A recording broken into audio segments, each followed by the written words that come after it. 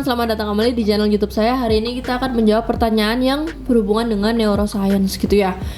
Nah, karena ini berhubungan dengan neuroscience, makanya pertanyaannya itu, Kak, emang kalau misalkan secara sains otak NPD itu beda. Nah, itu bedanya di mananya gitu ya. Video ini akan dibagi menjadi dua bagian, part 1 dan part 2. Supaya lebih valid, teman-teman tolong nonton dari pertama sampai selesai gitu ya. Karena perilaku narsis ini kan emang sangat membagongkan dampaknya gitu ya guys, sampai para orang pinter atau saintis atau peneliti gitu ya pasti kepo banget kan, sampai pengen tahu itu bedanya di mana. Bahkan mereka melakukan scanning beneran gitu ya, orang-orang yang mengidap NPD ini beda dengan yang normal gitu. Nah, dalam video ini kita akan menjawab pertanyaan di mana sih bedanya gitu ya, atau dalam tanda kutip biar judulnya keren, membedah otak NPD gitu ya. Kok bisa sih nggak punya empati gitu kan. Jadi ada seorang dokter yang bernama Cyrus Jackson, dalam tulisannya itu Seeing Narcissism in the Brain, mengungkap kalau para peneliti itu udah nemuin bahwa narsisis itu mengambil perspektif orang lain dengan cara yang bisa intelektual gitu. Jadi ada kinerja otak di setiap perilakunya. Seseorang bernama Dennis Choi, dia itu menulis yang berjudul Narcissist Lack of Empathy Detected in Brain Scans, yang artinya kekurangan empati dari narsis ini memang terdeteksi dari hasil scan otak yang bertanggung jawab untuk empati manusia gitu. Nah, jadi untuk menjawab pertanyaan ini, otak NPD emang beda. Nah, bedanya ada di mana? Nomor 1, bagian yang disebut dengan insula interior. Nah, di sini kita akan mulai bicara teknis. Soalnya kan penting untuk kita memahami kenapa narsis itu begitu suka banget sama diri mereka sendiri dan nggak punya empati terhadap orang lain gitu ya. Karena ada kelainan struktur di wilayah otak yang bertanggung jawab pada empati manusia gitu ya.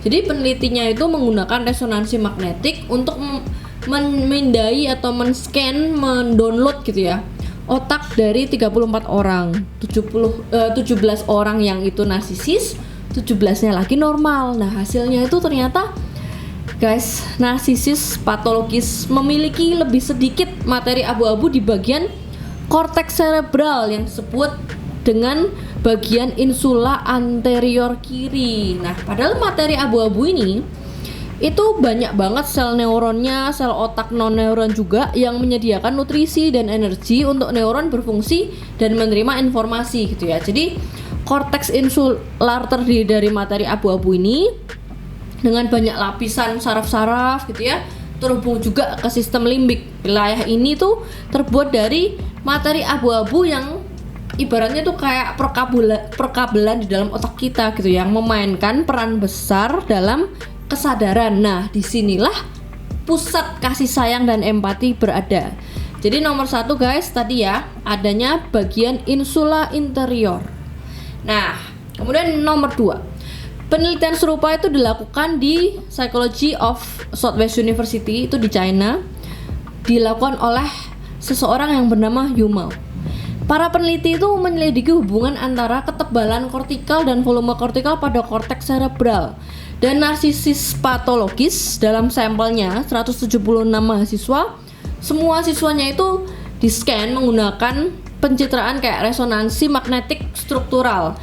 Data ini dianalisis untuk membandingkan hubungan antara struktur otak dan skor narsisismenya, disesuaikan dengan usia, jenis kelamin, dan total volume otak gitu ya. Nah, hasilnya apa nih? Ternyata yang narsisis adanya kekurangan ketebalan kortikal dan volume kortikal di korteks prefrontal dorsolateral kanan gitu ya. Nah, itulah istilah yang susah itu, tapi intinya wilayah otak ini kunci dari jaringan efektif pusat yang dikaitkan dengan untuk gangguan regulasi emosi. Jadi kalau misalkan regulasi emosi itu kayak seseorang bisa mengatur dan mengubah emosi dirinya atau orang lain, bisa dikatakan memiliki keterampilan EQ gitu ya, regulasi emosi.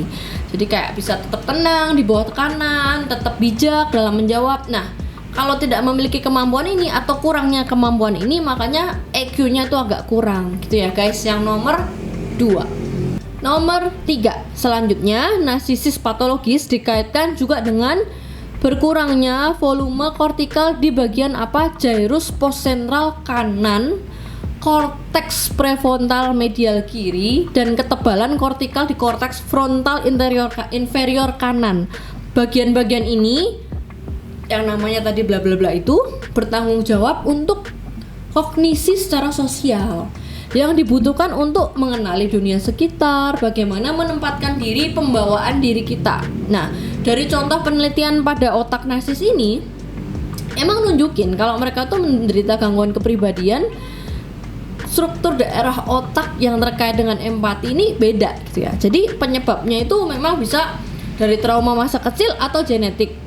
Seseorang yang mengalami trauma itu bisa memengaruhi fungsi otaknya. Bagian kayak tadi ya, insula anterior, korteks prefrontal, hipokampus, amigdala, korteks. Jadi itu bisa berkurang fungsinya karena efek-efek dari trauma masa kecil gitu ya. Perubahan ini menyebabkan efek yang menghancurkan, dan ketika anak-anak ini menjadi dewasa, mereka akan melanjutkan siklus abusifnya itu dengan pasangan atau bahkan dengan anak-anak mereka sendiri gitu. Yang nomor 3. Kemudian yang nomor 4. Nah, bagian apa lagi nih yang beda? Adalah bagian yang abnormal atau sedikit rusak gitu ya, bagian PFC, sektor ventromedial dan anterior cingulate dari PFC digunakan untuk apa?